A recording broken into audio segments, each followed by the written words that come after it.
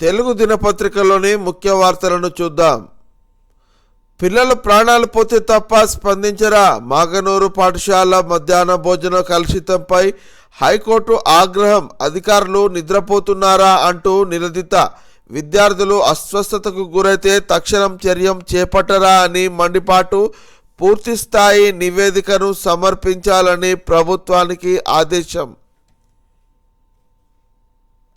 వివరాలు చూసినట్లయితే నారాయణపేట జిల్లా మాగనూరు జెడ్పీ ఉన్నత పాఠశాలలో మధ్యాహ్న భోజనం కలుషితమై విద్యార్థులు అనారోగ్యం బారిన పడిన సంఘటనపై హైకోర్టు ఆగ్రహం వ్యక్తం చేసింది. అధికారులు నిద్రపోతున్నారా? పిల్లలు ప్రాణాలు పోతే కానీ వారిలో కదలిక రాదా అని ప్రశ్నించింది. ఈ సంఘటనను అధికారులు నిర్లక్ష్యం నిదర్శనమని వ్యాఖ్యానించింది.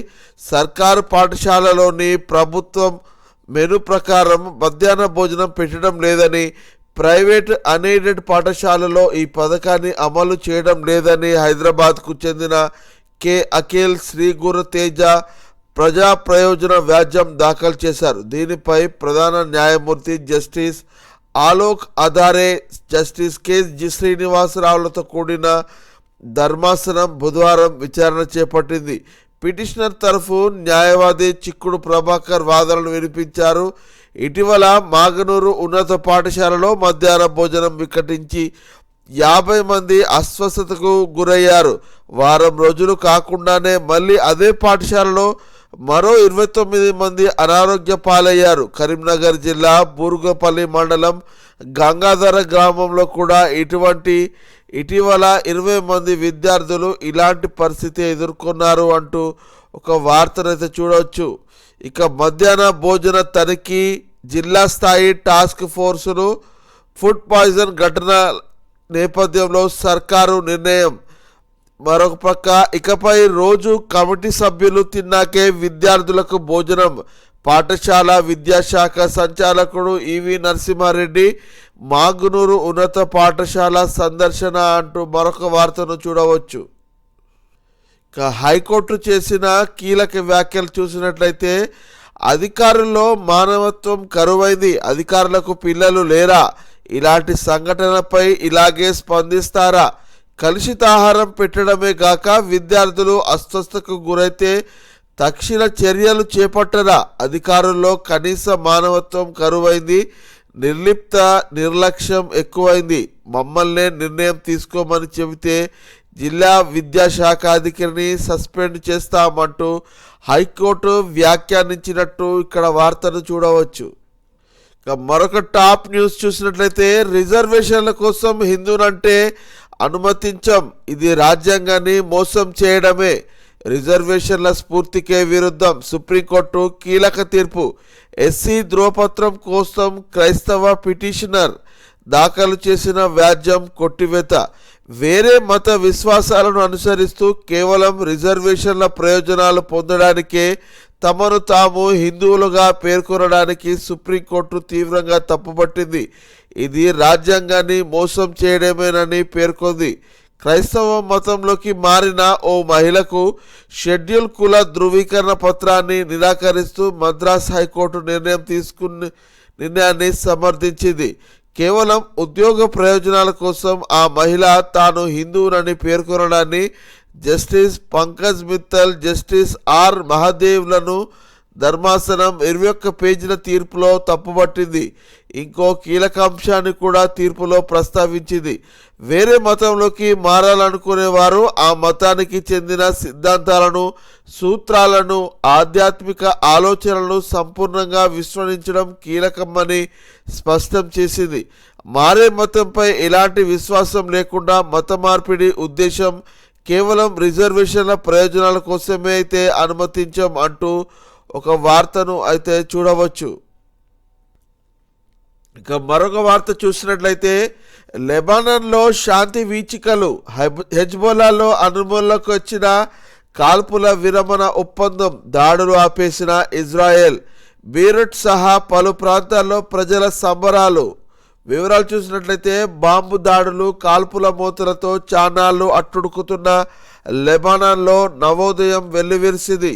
అమెరికా మధ్యవర్తిత్వంతో హెజ్బొల్లా ముష్కరులు ఇజ్రాయెల్ మధ్య ఎట్టకేలకు కుదిరిన కాల్పుల విరమణ ఒప్పందం బుధవారం తెల్లవారుజాము నుండి అమల్లోకి వచ్చింది. ఫలితంగా లెబనాన్లో ప్రశాంత వాతావరణం కనిపించింది. దాడులు నిలిచిపోవడంతో రాజధాని బీరూట్ సహా పలు ప్రాంతాల్లో ప్రజలు సంబరాలు చేసుకుంటున్నట్టు వార్తనైతే చూడవచ్చు. మరిన్ని సంక్షిప్త వార్తలు చూసినట్లయితే భాజపాకే సీఎం పదవి, మహారాష్ట్రలో దాదాపుగా వచ్చిన స్పష్టత, మోడీ అమిత్ షాలదే తుది నిర్ణయమన్న షిండే. మరొక హెడ్లైన్ చూసినట్లయితే అక్రమంగా అద్దె గర్భాలు 5 నుండి 10 లక్షలు చెల్లించి ఇతర రాష్ట్రాల మహిళలతో గుట్టుగా ఒప్పందాలు, రాయదుర్గంలో మహిళ ఆత్మహత్యతో వెలుగులోకి అంటూ ఒక వార్తను చూడొచ్చు. మరొక హెడ్లైన్ చూసినట్లయితే తెలంగాణ ప్రజల చూపు భాజపా వైపు, బారాసతో బెంబేలెత్తిపోయారు, కాంగ్రెస్తో విసిగెత్తిపోయారు. పార్టీ రాష్ట్ర ప్రజాప్రతినిధులతో భేటీ అనంతరం ఎక్స్లో ప్రధాని నరేంద్ర మోడీ తెలంగాణ ప్రజలు భాజపా వైపు చూస్తున్నట్లు ప్రధాని నరేంద్ర మోడీ పేర్కొన్నారు. రాష్ట్రంలో భాజపా వేగంగా విస్తరిస్తుందని వెల్లడించారు. బుధవారం ఇక్కడ పార్లమెంటులోని తన కార్యాలయంలో తెలంగాణకు చెందిన కేంద్ర మంత్రులు, పార్టీ ఎంపీలు, ఎమ్మెల్యేలతో సమావేశమై అనంతరం ప్రధాని ఈ మేరకు ఎక్స్లో పోస్టు చేశారు. తెలంగాణ ఎమ్మెల్యేలు, ఎంపీలతో చాలా మంచి సమావేశం జరిగింది. రాష్ట్రంలో మా పార్టీ వేగంగా వృద్ధి చెందుతుంది. గత బారాస దుష్ట పాలనలో ఎదురైన భయంకరమైన జ్ఞాపకాలతో ప్రజలు బెంబేలెత్తిపోయారు అంటూ ఒక వార్తనైతే చూడవచ్చు. ఇక రాష్ట్ర ప్రభుత్వ వైఫల్యాలపై 1వ తేదీ నుండి భాజపా కార్యక్రమాలు అంటున్న కిషన్ రెడ్డి. ఇక్కడ ఫోటోలో మనము ప్రధాని మోడీని సన్మానించిన కేంద్ర మంత్రి కిషన్ రెడ్డి, బండి సంజయ్, భాజపా ఓబీసీ మోర్చా జాతీయ అధ్యక్షుడు కె లక్ష్మణ్, చిత్రంలో పార్టీ ఎంపీలు అరవింద్, ఈటెల రాజేందర్, డికే అరుణ, రఘునందన్ రావు, నగేష్ తదితరులను మనం ఇక్కడ చూడవచ్చు. మరొక వార్త చూసినట్లయితే బారాస హయాంలో కాజేసిన భూములపై దర్యాప్తు జరిపిస్తాం, ధరణిని అడ్డుపెట్టుకొని లక్షల ఎకరాలు అసైన్డ్ భూముల దారాదత్తం, రైతు భరోసా విధి విధానాలపైన కసరత్తు కొనసాగుతుంది. ఉప ముఖ్యమంత్రి బట్టి విక్రమార్క వెల్లడించినట్టు మనం వార్తనైతే చూడవచ్చు. భరోసా హయాంలో కాజేసిన భూముల వ్యవహారాన్ని వెలికి తీస్తామని ఉప ముఖ్యమంత్రి బట్టి విక్రమార్క అన్నారు. ధరణి పేరుతో గత ప్రభుత్వం దళితుల నుండి లక్షల ఎకరాల అసైన్డ్ భూములను గుంజుకొని ఇతరులకు కట్టబెట్టిందని ఆరోపించారు. దీనిపై పూర్తి స్థాయిలో దర్యాప్తు జరుపుతున్నామన్నారు. మరొక ముఖ్య వార్త చూసినట్లయితే దిలావర్పూర్లో ఇథనాల్ పరిశ్రమ రద్దు, ప్రజల ఆందోళనలతో ప్రభుత్వ నిర్ణయం. అంతకుముందు గ్రామంలో తీవ్ర ఉద్రిక్తత, పోలీసులపై రాళ్లు రువ్విన నిరసనకారులు, కలెక్టర్, ఎస్పీల చర్చలతో శాంతించిన స్థానికుల ఆందోళనల నేపథ్యంలో నిర్మల్ జిల్లా దిలావర్పూర్, గుండపల్లి గ్రామాల మధ్య ఇథనాల్ పరిశ్రమ ఏర్పాటును రాష్ట్ర ప్రభుత్వం రద్దు చేసింది. నిర్మాణంలో ఉన్న ఈ పరిశ్రమను ఇక్కడి నుండి తరలించాలని స్థానిక రైతులు, ప్రజలు చేస్తున్న పోరాటం ఫలప్రదమైంది. ఈ మేరకు మంత్రి సీతక్క బుధవారం స్థానికులతో ఫోన్లో మాట్లాడి విషయాన్ని ప్రకటించారు. అంతకుముందు పరిశ్రమకు వ్యతిరేకంగా నడుస్తున్న పోరాటానికి సంఘీభావంగా దిలాపూర్, గుండపల్లి, సముందర్పల్లి, టెంబూర్ని గ్రామాల్లో స్వచ్ఛందంగా దుకాణాలు మూసివేశారు. మహిళలు పిల్ల పాపలతో కలిసి బుధవారం ఉదయం 11 గంటల నుండి సాయంత్రం 6 గంటల వరకు జాతీయ రహదారిపై బైఠాయించారు. అక్కడే వంటవార్పు చేశారు. అయితే దిలావర్పూర్ శివారులో భారీగా మోహరించిన పోలీసులు కొందరు ఆందోళనకారులు అరెస్టు చేయడం తీవ్ర ఉద్రిక్తతకు దారితీసింది. మహిళలు దిలావర్పూర్ ఠాణాల ముందు, ఆ తర్వాత నిర్మల్ బైన్సా 61 నంబరు జాతీయ రహదారిపై నిరసన తెలిపేందుకు బయలుదేరగా పోలీసులు అడ్డుకున్నారు. ఒక దశలో ఆందోళనకారులు రాళ్లు రువ్వగా పోలీసులు పరుగులు తీశారు. ఆందోళనకారులు నిర్మల్ వైపు వస్తున్నారని తెలిసి మధ్యాహ్నం తర్వాత కలెక్టరేట్ ఆర్డీఓ కార్యాలయాల గేట్లు మూసివేశారు. అధికారులు సిబ్బంది అక్కడ నుండి వెళ్ళిపోయారు. అక్కడ పోలీసు బందోబస్తు ఏర్పాటు చేశారు. వెలుగు దినపత్రికలోని వార్తలను చూద్దాం. సరోగసి ఒప్పందం ప్రాణం తీసింది. ఒడిశా మహిళతో 10 లక్షలకు డీల్ కుదుర్చుకున్న హైదరాబాద్ వాసి. తమ ఇంట్లోనే నిర్బంధించి వేధింపులు. సరోగసి ఇష్టం లేక పారిపోయేందుకు బాధితురాలి ప్రయత్నం. 9వ అంతస్తు నుండి కిందకు పడి మృతి. వివరాలు చూసినట్లయితే హైదరాబాద్కు చెందిన ఓ కుటుంబం సరోగసి కోసం ఒడిశాకు చెందిన మహిళతో ఒప్పందం కుదుర్చుకుంది. అయితే అది ఇష్టం లేక, ఇంట్లో వేధింపులు తట్టుకోలేక ఆమె పారిపోయేందుకు ప్రయత్నించింది. ఈ క్రమంలో అపార్ట్మెంట్ 9వ అంతస్తు నుండి కిందకు పడి చనిపోయింది. ఈ ఘటన రాయదుర్గంలోని మై హోమ్స్ భూజాలో జరిగింది అంటూ ఒక వార్తను చూడవచ్చు. మరొక హెడ్లైన్ చూసినట్లయితే వారంలో 3 సార్లు ఫుడ్ పాయిజనా, అధికారులు నిద్రపోతున్నారా? High court serious. మాగనూరు హై స్కూల్లో ఫుడ్ పాయిజన్ పై రిపోర్టు ఇవ్వండి, విద్యార్థుల ప్రాణాలు పోయేదాకా స్పందించరా అని ఫైర్. తమకు అధికారం ఇస్తే డీఓను సస్పెండ్ చేస్తామని కామెంట్. విచారణ వచ్చే నెల 2వ తేదీకి వాయిదా. వివరాలు చూసినట్లయితే నారాయణపేట జిల్లా మాగనూరు జెడ్పీ హై స్కూల్లో ఫుడ్ పాయిజన్ ఘటనపై హైకోర్టు ఆగ్రహం వ్యక్తం చేసింది. ఒకే స్కూల్లో 3 సార్లు ఫుడ్ పాయిజన్ జరుగుతుంటే అధికారులు నిద్రపోతున్నారా అని ఫైర్ అయింది. స్కూల్లో ఫుడ్ పాయిజన్ తీవ్రమైన అంశమని వ్యాఖ్యానించింది.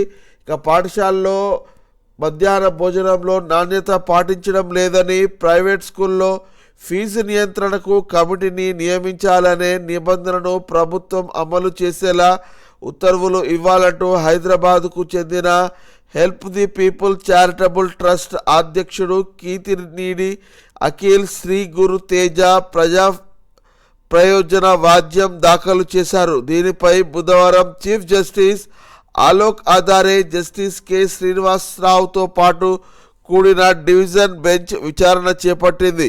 పిటిషనర్ తరఫు న్యాయవాది చిక్కుడు ప్రభాకర్ వాదనలు వినిపించారు. రాష్ట్ర వ్యాప్తంగా అన్ని ప్రభుత్వ పాఠశాలల్లో తరచూ మధ్యాహ్న భోజనం వికటిస్తున్నదని కోర్టు దృష్టికి తీసుకొని వచ్చారు. మాగనూరు పాఠశాలలో ఫుడ్ పాయిజన్తో ఈ నెల 20న 50 మంది, 24న 70, 26న 27 మంది చొప్పున అస్వస్థతకు గురి అయ్యారని తెలిపారు. కరీంనగర్ జిల్లా గంగాధరలోని కూడిన 24న 20 మంది స్టూడెంట్స్ ఆసుపత్రి పాలయ్యారని ఆయన వివరించారు. మరొక ముఖ్య వార్త చూసినట్లయితే గ్రూపులు కట్టొద్దు, రాష్ట్ర బీజేపీ ఎంపీలు ఎమ్మెల్యేలకు ప్రధాని మోడీ స్ట్రాంగ్ వార్నింగ్. అధికారంలోకి రాకపోవడానికి గ్రూపులే కారణమని ఫైర్. ఇకనైనా ఒకరిపై ఒకరు కుట్రలు చేయడం, గోతులు తవ్వుకోవడం ఆపాలని హెచ్చరిక. 30 నిమిషాల మీటింగ్లో 20 నిమిషాలు క్లాస్ తీసుకున్నట్టు సమాచారం. రాష్ట్ర బీజేపీ ఎంపీలు ఎమ్మెల్యేలకు ప్రధాని మోడీ స్ట్రాంగ్ వార్నింగ్ ఇచ్చారు. పార్టీల్లో గ్రూప్ రాజకీయాలకు స్వస్తి పలకాలని హెచ్చరించారు. గత అసెంబ్లీ ఎన్నికల్లో అధికారంలోకి రాకపోవడానికి గ్రూపులే కారణమని మండిపడ్డారు. గ్రూపులుగా విడిపోయి కార్యకర్తలను ఆగం చేయదు. ఇకనైనా ఒకరిపై ఒకరు కుట్రలు చేయడం, గోతులు తవ్వుకోవడం ఆపండి. అందరూ వ్యక్తిగత ఎజెండాలను పక్కన పెట్టి పార్టీ స్టాండ్లో కలిసికట్టుగా ముందుకు సాగండి. హైకమాండ్ ఇచ్చే సలహాలు, సూచనలను అమలు చేస్తూ వచ్చే ఎన్నికల్లో పార్టీని అధికారంలోకి తీసుకురావడానికి కృషి చేయండి అని దిశానిర్దేశం చేశారు అంటూ ఒక వార్తనైతే చూడొచ్చు. అనంతరం ఎక్స్లో ట్వీట్ చేస్తూ తెలంగాణ ప్రజలు బీజేపీ వైపు చూస్తున్నారు. తెలంగాణ బీజేపీ ఎంపీలు ఎమ్మెల్యేలతో చాలా మంచి సమావేశం జరిగింది. రాష్ట్రంలో మా పార్టీ వేగంగా విస్తరిస్తున్నది. తెలంగాణ ప్రజలు ఇప్పటికే కాంగ్రెస్తో విసిగిపోయారు. అంతేకాకుండా గత బీఆర్ఎస్ దుష్టపాలన జ్ఞాపకాలను వాళ్ళను ఇప్పటికీ వెంటాడుతున్నాయి. ఇప్పుడు జనమంతా ఎంత ఆశతో బీజేపీ వైపు చూస్తున్నారు.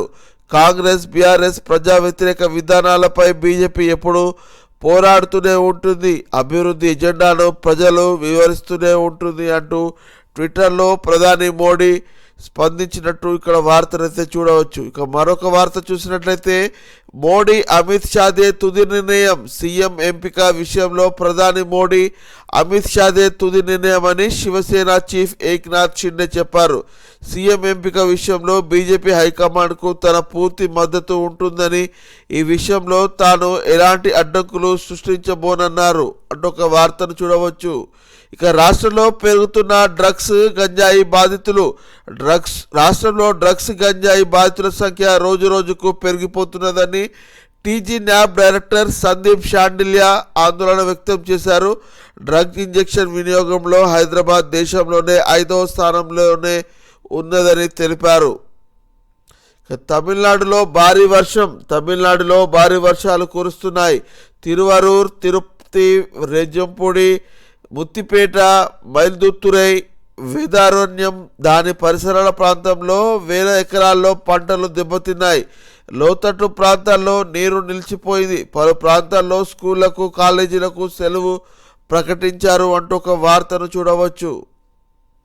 ఇక మరొక టాప్ న్యూస్ చూసినట్లయితే దిలావర్పూర్లో హైటెన్షన్, ఇథనాల్ ఫ్యాక్టరీ వద్దంటూ 2 రోజులు రైతు నిరసన, పోలీసులపైకి రాళ్లు విసిరే ప్రయత్నం, రోడ్డుపైనే వంట వార్పు, సామూహిక భోజనాలతో ఆందోళనలు, ఫ్యాక్టరీ పనులు నిలిపివేస్తున్నామన్న కలెక్టర్, తాత్కాలికంగా నిరసనలు విరమిస్తున్నామంటున్నారు రైతులు. ఇక రాస్తారోకో చేస్తున్న గ్రామస్తులను మనం ఇక్కడ ఫోటోలో చూడవచ్చు. మరొక వార్త, గురుకులాల పాఠశాలలో ఫుడ్ క్వాలిటీపై స్పెషల్ డ్రైవ్, వరుస ఫుడ్ పాయిజన్ ఘటనల నేపథ్యంలో సర్కారు నిర్ణయం, రెగ్యులర్ మానిటరింగ్ కోసం కలెక్టర్ల ఆధ్వర్యంలో ప్రత్యేక కమిటీలు, స్కూళ్ళు, గురుకులాల వారీగా స్టూడెంట్లు, టీచర్లతోనూ ఏర్పాటు, ఏ పూట కాపూట కూరగాయలు, ఫుడ్ ఐటమ్స్ క్వాలిటీ చెకింగ్, ఎప్పటికప్పుడు ఫోటోలు తీసి ఆన్లైన్లో అప్డేట్ చేయించే ఏర్పాట్లు అంటూ ఒక వార్త కనిపిస్తూ ఉంది.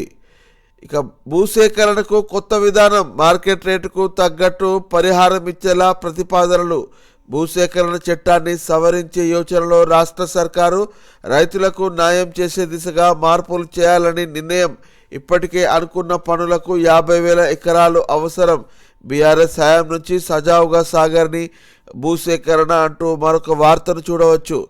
ఇక రాష్ట్రం గజగజ భారీగా పడిపోతున్న టెంపరేచర్లు, 4 జిల్లాల్లో 10 డిగ్రీల లోపే నమోదు, ఆసిఫాబాద్ జిల్లా సిర్పూర్లో అత్యల్పంగా 7.9 డిగ్రీలు, 29 జిల్లాల్లో 14 డిగ్రీల లోపే టెంపరేచర్లు, పలు జిల్లాలకు ఆరెంజ్ అలర్ట్ జారీ, మరికొద్ది రోజులు ఇదే పరిస్థితి ఉండే ఛాన్స్.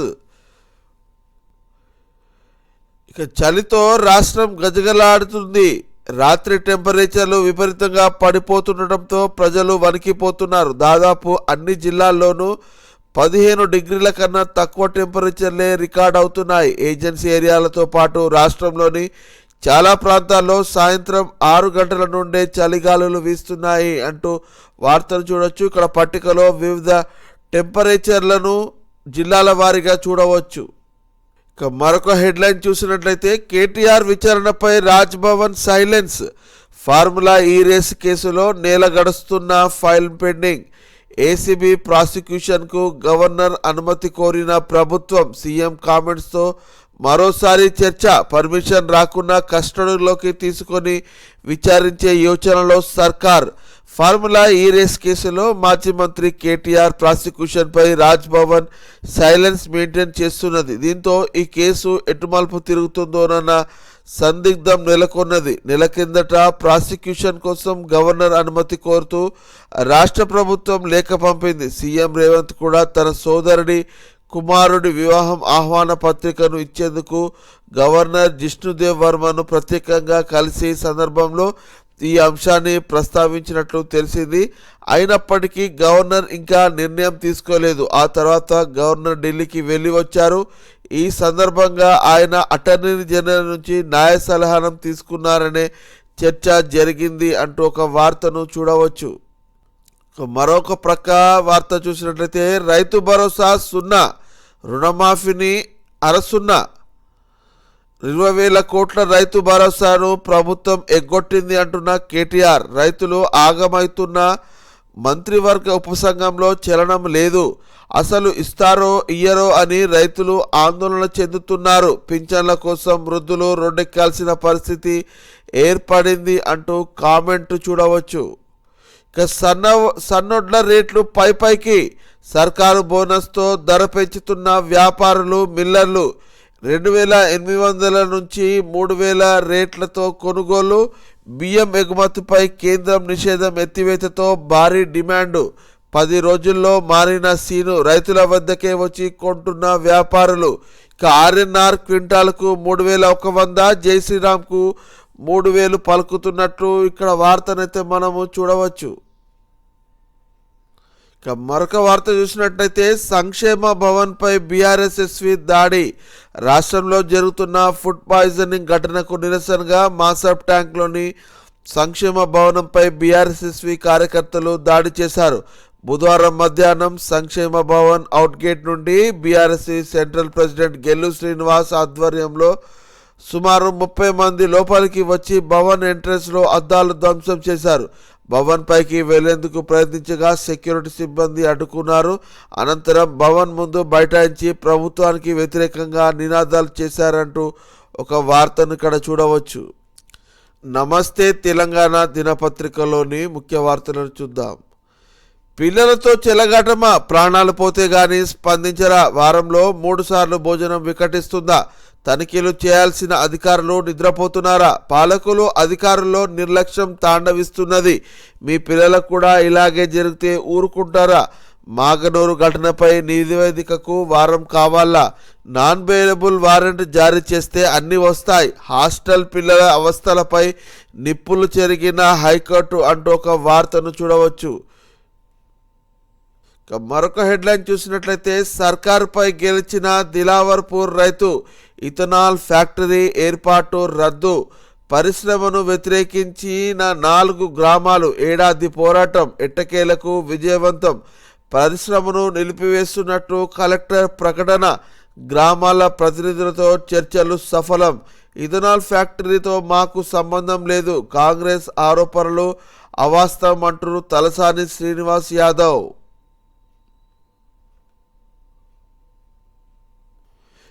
ప్రజలు ఆందోళనకు తలగ్గి నిర్మల్ జిల్లా దిలావర్పూర్లో ఇథనాల్ ఫ్యాక్టరీ నిర్మాణాన్ని నిలిపివేసినట్లు ప్రభుత్వం ప్రకటించడంతో రోడ్లపైకి వచ్చి సంబరాలు చేసుకుంటున్న గ్రామస్తులను ఇక్కడ ఫైల్ ఫోటోలో మనం చూడవచ్చు.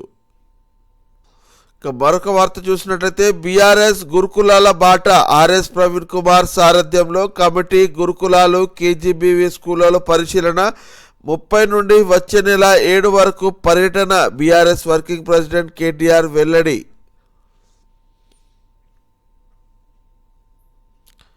మరొక వార్త చూసినట్లయితే మదనాపురం ఎస్సీ గురుకులాల్లో 7వ తరగతి విద్యార్థి ఆత్మహత్య, కస్తూర్బా స్కూళ్లలో పూరీలు చేసిన విద్యార్థిని వేడి నూనె మీద పడి గాయాలు అంటూ మరొక వార్త కనిపిస్తూ ఉంది. ఇక రాష్ట్రం అంతటా హైడ్రా, ఇక జిల్లాల్లోనూ మిషన్ కూల్చివేతలు, తొలుత మున్సిపాలిటీల్లో ఏర్పాటుకు సర్కార్ కసరత్తు, ఆ తర్వాత అర్బన్ డెవలప్మెంట్ అథారిటీలకు విస్తరణ, ఇప్పటికే పలు జిల్లాల్లో ప్రారంభమైన కూల్చివేతలు, పేద మధ్యతరగతి ప్రజలపై ప్రభుత్వం మరో పిడుగు, ఎఫ్టీఎల్ బఫర్ జోన్ అంటూ ఇప్పటికే హడావిడి అంటూ ఒక వార్తనైతే చూడవచ్చు. ఇక మరొక వార్త రైతు మెడపై 4th సిటీ, పోలీసు బలగాలతో రోడ్డు నిర్మాణ సర్వే పూర్తి, తమ భూములు ఇవ్వబోమంటున్న అన్నదాతలు, బాధిత రైతులకు నోటీసులు ఇచ్చేందుకు రంగం సిద్ధం, భూమి ఎంత పోతుందో ధర ఎంత ఇస్తారోనని గుబులు, సర్కారు బలవంతంపై మండిపడుతున్న రైతులు, 450 ఎకరాల్లో 2,000 మంది రైతుల భూముల సర్వే. ఒకవైపు తమ భూములు ఇవ్వబోమంటూ రైతులు ఆతనాదాలు పెడుతుంటే ప్రభుత్వం మాత్రం నిర్దయగా వ్యవహరిస్తుంది. లగచర్ల పరిధిలో ఫార్మా కంపెనీల కోసం భూసేకరణ ప్రక్రియపై పెద్ద ఎత్తున విమర్శలు వచ్చినా ప్రభుత్వం గురపాఠం రావటం లేదు. 4th సిటీ రోడ్డు కోసం కందుకూరు మండలంలో పెద్ద ఎత్తున భూసేకరణకు ప్రభుత్వం తెరలేపింది. భూమిని నమ్ముకున్న బతుకులు తమ్మవని, ఆ భూమిని లాక్కుంటే బతకడమే భారంగా మారుతుందన్న రైతులపై కాంగ్రెస్ సర్కారు కక్ష కట్టింది. పోలీసు బలగాలతో ప్రజలను భయభ్రాంతులు గురిచేసి అనేక నిర్బంధాల మధ్య సర్వే ప్రక్రియను పూర్తి చేసింది. తమను సంప్రదించకుండా భూమి ఎంత పోతుంది, ఎంత ధర చెల్లిస్తుందో చెప్పకుండా ప్రభుత్వం ఏకపక్షంగా సర్వే చేయడమే వీటని ఆందోళన వ్యక్తం చేస్తున్నారు అంటూ ఒక వార్తను చూడవచ్చు. మరొక హెడ్లైన్ చూసినట్లయితే సియోల్ కళ కూలినట్టే, మూసి ప్రక్షాళనకు సై, సుందరీకరణకు నై, నది వెంట ఆకాశ హర్మాలకు అవకాశం లేనట్టే. 2012 బిల్డింగ్ రూల్స్ ప్రకారం బఫర్ FTL జోన్లలో నిర్మాణాలకు వీల్లేదని స్పష్టం చేసిన హైకోర్టు.